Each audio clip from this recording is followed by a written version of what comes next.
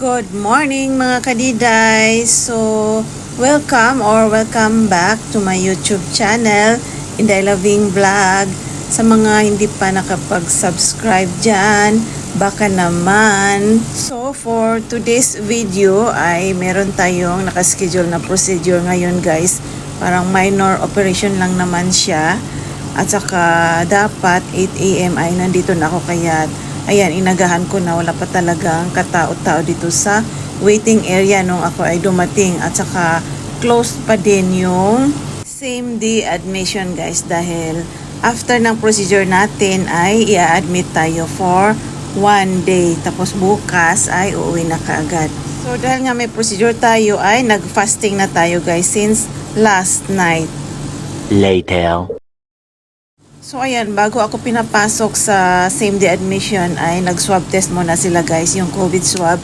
Then after that ay pinasuot na ako ng OT gown at nilagyan na din ako ng IV plug.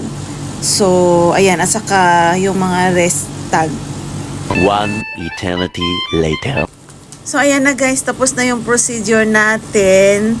Tapos kanina hindi ko na nakuhanan, bawal kasi mag-video talaga dito guys. So, ayan, ito ay after procedure. Ayan, pinakain na nila ako. Binigyan nila ako ng pagkain. Tapos, ayan, dinala na nila ako doon sa room ko dahil kailangan kong ma-admit ng 1 day. So, bukas pa ako madi-discharge after ng morning rounds ng doktor.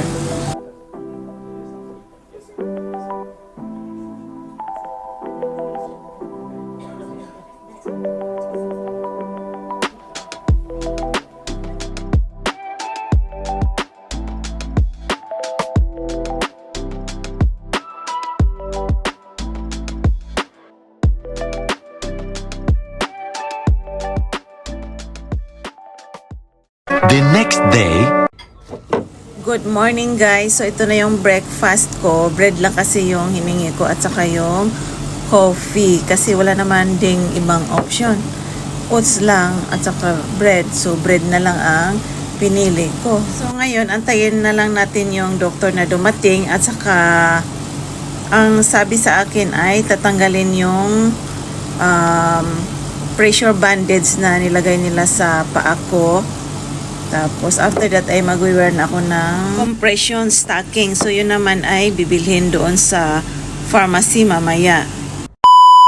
So, ayan, dumating na yung doktor kanina guys after kong kumain. Tapos, ayan, bibili na tayo ng compression stocking. Tapos, ayan, tinulak ako ng porter wheelchair. Tapos, ito ay tatanggalin ni sister mamaya. Tapos, suot na natin yung stockings.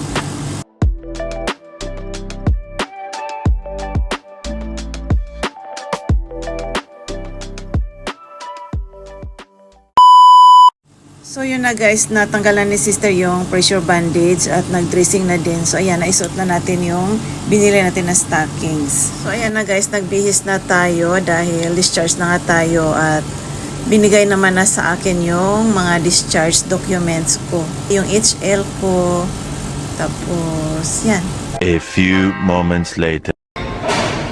So ayan guys, dumaan muna tayo dito sa Kopitiam para kumain muna bago umuwi kasi hindi naman ako nagluluto, wala naman akong pagkain doon kaya kain tayo guys dahil gusto ko ng sabaw ngayon kaya seafood soup yung in-order ko guys with rice. Kain tayo mga kadiday at yun lang guys for today's video. Thank you for watching. Please don't forget to like and subscribe. God bless.